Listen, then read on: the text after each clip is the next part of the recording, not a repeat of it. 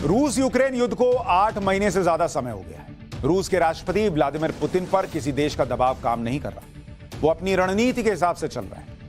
रूस यूक्रेन युद्ध के कारण दुनिया में महंगाई बढ़ी है, गैस और तेल की सप्लाई प्रभावित हुई है, जिसके कारण यूरोप में एनर्जी क्राइसिस हो रहा है। इन सारी समस्याओं से दुनिया जूझ ही रही थी कि पुतिन ने ऐसा फैसला लिया जिससे अब दुनिया में लोगों की थाली से खाना गायब हो जाएगा।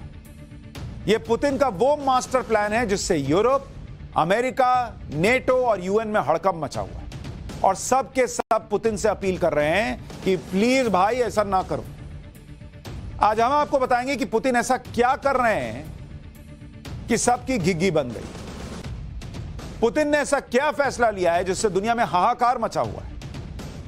दरअसल रूस यूक्रेन युद्ध के बाद खाद्यान्न और खाद की ग्लोबल सप्लाई पर असर पड़ा था, जिसके बाद यूनाइटेड नेशन ने एक रास्ता निकाला था जिसके तहत रूस और यूक्रेन के बीच 23 जुलाई को तुर्की में एक मिरर समझौता हुआ था। मिरर समझौता यानी वो समझौता जिसे बिना किसी बदलाव के स्वीकार किया जाता है। इस समझौते के तहत यूक्रेन ने ब्लैक सी से अनाज का निर्यात शुरू किया। रूस ने अनाज ले जाने के लिए ब्लैक सी में जहाजों के लिए सुरक्षित कॉरिडोर के लिए अपनी रजामंदी दे दी। यूक्रेन भी रूस के अनाज और खाद से भरे जहाजों पर हमला नहीं करेगा, यह तय हुआ।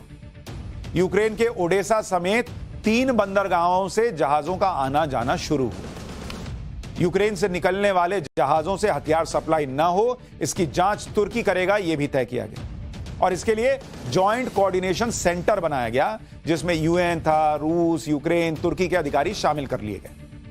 यह समझौता 19 नवंबर 2022 तक के लिए था, जिसे बाद में आगे बढ़ाया जाना था। हुआ क्या कि इस समझौते के बाद यूक्रेन से लाखों टन अनाज और खाद की सप्लाई शुरू हुई। यूक्रेन जाने वाले जहाजों की जांच भी की जाती थी कि उसमें हथियारों की सप्लाई तो नहीं हो रही। सब चल रहा था, सब ठीक चल रहा था। लेकिन 29 अक्टूबर को क्रीमिया में ब्लैक सी में एक रशियन सिविल शिप पर ड्रोन से अटैक हो गया। यह तस्वीर जो अभी आपको दिखा रहा हूं उसी ड्रोन अटैक की है जो आपको दिखा रहा हूं। रूस ने आरोप लगाया है कि ब्रिटेन के सहयोग से यूक्रेन ने एक सिविल शिप पर ड्रोन से अटैक कर दिया। रूस का कहना है कि ब्रिटेन की मदद से यूक्रेन ने 9 ड्रोन और 7 अनमैन्ड मेरीटाइम व्हीकल से हमला किया और हमला क्रीमिया की राजधानी सेवास्तोपोल से सटे ब्लैक सागर में रूसी नौसेना के जंगी बेड़े और सिविल जहाज पर किया गया। अब इसके बाद रूस का पारा हो गया हाई। इस हमले के बाद पुतिन ने जुलाई में यूक्रेन के साथ हुए मिरर समझौते को तोड़ दिया। बोला रखो अपना समझौता, हम चल रहे हैं ठीक से और तुम जो है हीरो बन रहे हो। रूस ने कहा कि क्रीमिया में रूस के सिविल शिप पर हुए हमले के बाद जुलाई में हुए खाद्यान्न रूस के इस समझौते से रूस अनिश्चित काल के लिए बाहर हो गया है। अब ब्लैक सी के सिक्योर कॉरिडोर से गुजरने वाले सिविलियन जहाजों की सुरक्षा की गारंटी रूस नहीं लेगा। मतलब वहां से अगर कुछ आ रहा है और उस पर हमला हो जाए तो रूस की गारंटी नहीं है। रूस के इस फैसले के बाद रविवार यानी कल ब्लैक सी से एक भी शिप नहीं गुजरी। सब डरे हुए हैं, इधर से यूक्रेन चला दे या उधर से रूस ही चला दे। कहते हमको नहीं पता किसने चलाया, फिर क्या कीजिएगा। तो वहां से कोई शिप गुजरा ही नहीं। यानी यूक्रेन की एक गलती से अब दुनिया भर खाद्यान्न संकट मंडरा रहा है। और मैं बार बार बता रहा हूं आपको, ये यूक्रेन जो है ये पिन मार रहा है। ये सोच रहा है ऐसे हालात बन जाएं कि या तो समझौता हो जाए या पूरा नेटो जो है वो हमारे साथ मिलकर लड़ने लगे। और ये पिन मारता है, उधर से रूस जो है वो गुस्साता है, तो फिर पूरी दुनिया में हंगामा होता है। पाठशाला में हम आपको बता चुके हैं कि किस तरह से यूक्रेन अमेरिका और ब्रिटेन की कठपुतली बन गया है और पश्चिमी देशों की मदद से रूस पर हमले कर रहा है। जुलाई में हुए मिरर समझौते के बाद यूक्रेन ने ब्लैक सी के रास्ते अनाज और खाद्य निर्यात करना शुरू किया। तब से अब तक कितना अनाज यूक्रेन ने ब्लैक सी के सिक्योर कॉरिडोर से निर्यात किया वो भी आपको बता देता हूं। यूक्रेन ने लगभग 90 लाख टन अनाज का निर्यात किया, जिसमें मक्का था, गेहूं, सूरजमुखी, सोयाबीन शामिल था। इंडोनेशिया ने 2 लाख टन गेहूं का ऑर्डर दिया था जो नवंबर में डिलीवर होना था। अब बताइए वहां नहीं पहुंचेगा। इंडोनेशिया में लोग जो है वो हाय तौबा करेंगे। पिछले हफ्ते पाकिस्तान ने लगभग 4 लाख टन गेहूं का ऑर्डर दिया था। उनकी टीम मैच नहीं जीत रही और खाने को खाना नहीं होगा तो वो क्या करेंगे। कम से कम खा खा के टीम को गाली देते, वो भी नहीं कर पाएंगे। रूस के समझौते से बाहर होने के कारण यह शिपमेंट फंस गई है। इतना ही नहीं, रूस के समझौता तोड़ने के बाद यूक्रेन के अनाज और खाद्य के शिपमेंट का क्या हाल है वो भी सुन लीजिए। यूक्रेन के लगभग 218 जहाज ब्लैक सी में फंस गए। यूएन फूड प्रोग्राम के तहत 40,000 टन गेहूं इथोपिया भेजा जाना था, फंस गया। एशिया और अफ्रीका के देशों को अनाज की आपूर्ति रुक गई है। युद्ध से पहले यूक्रेन हर महीने 60 लाख टन अनाज का निर्यात करता था। युद्ध के बाद मार्च में यह 3 लाख टन तक आ गया था। जुलाई में हुए समझौते के बाद रूस ने ब्लैक सी में एक सेफ कॉरिडोर जो बनाया था, जहां से होकर यूक्रेन के अनाज के जहाज गुजरते थे, वो एक बार मैप के जरिए आपको समझाता हूं कि वो कैसा था। यूक्रेन के ओडेसा चेर्नोमोर्स्की पोर्ट है। पिडनेई पोर्ट से ब्लैक सी के रास्ते अनाज के जहाज टर्की जाते हैं। ये आपको रास्ता दिखा रहा हूं। ब्लैक सी के चारों तरफ रूस की नाकेबंदी है। रूस ने जिस सेफ कॉरिडोर का वादा किया था वो रोमानिया, बुल्गारिया की समुद्री सीमाओं से थोड़ा दूर था और यूक्रेन के पोर्ट से सीधे इस्तांबुल तक जाता था। इस मैप में क्रीमिया का सेवेस्तोपोल पोर्ट भी है, जहां रूस के सिविल शिप पर ड्रोन अटैक किया गया था, जिसके बाद रूस इस समझौते से बाहर हो गया।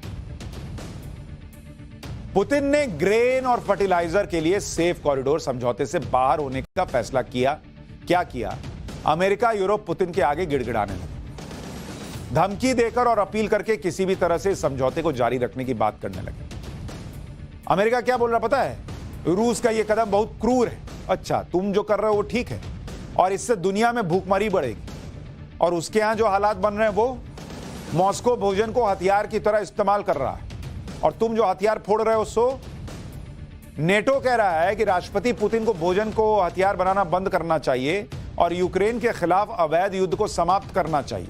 हम रूस से अपने फैसले पर पुनर्विचार करने और सौदे को जारी रखने की अपील करते हैं, और तुम जो 10,000 रूस पर प्रतिबंध लगा रहे हो उसके लोग भूखे मरेंगे वो नहीं दिख रहा है, और उसके यहां भी पिन मार रहे हो, बम गिरा रहे हो, और तब वो कह रहा है कि मैं इस समझौते में नहीं रहूंगा, तो फिर उसी को बदनाम कर रहे हो कि अनाज का इस्तेमाल हथियार के तौर पर कर रहा है। यूरोपियन यूनियन ने कहा कि रूस ने अनाज समझौते से बाहर होने का फैसला किया, जिससे ब्लैक सी में मुख्य निर्यात मार्ग बाधित हो गया, जिससे अनाज और खाद की वैश्विक कमी का खतरा पैदा हो गया है। हम रूस से इस फैसले पर फिर से विचार करने की अपील करते हैं।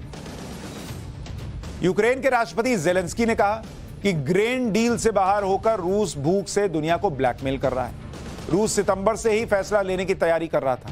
इंटरनेशनल कम्युनिटी को इस पर कड़ा फैसला लेना चाहिए। ये सारे लोग बोल रहे हैं, पर इसमें से कोई ये नहीं बोल रहा कि हमने वो बम मारकर गलती की। अपनी गलती ये लोग कभी नहीं बताते। किस तरह से रूस को पूरा विलन बता देना है, और ये सारे लोग हीरो हैं, ये कुछ भी करें। अमेरिका अफगानिस्तान में घुस जाए, हीरो।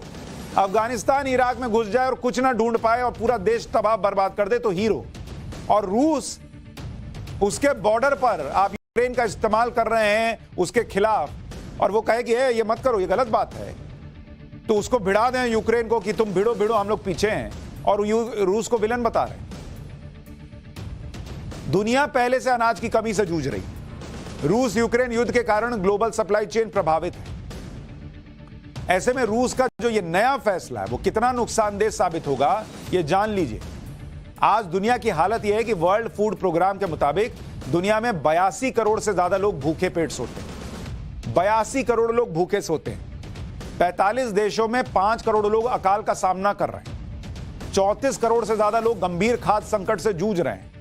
अनाज का उत्पादन वैश्विक स्तर पर कम हो रहा है। अमेरिका में 3.5 करोड़ के आसपास लोगों के पास खाने की कमी है। ब्रिटेन के करीब 14% घरों में भरपेट खाना नहीं मिलता। अमेरिका, ब्रिटेन और यूरोप के कई देश महंगाई से जूझ रहे हैं। दुनिया के 90 से ज्यादा देशों में महंगाई को लेकर प्रोटेस्ट चल रहा है। तो यह दुनिया की हालत हो रखी।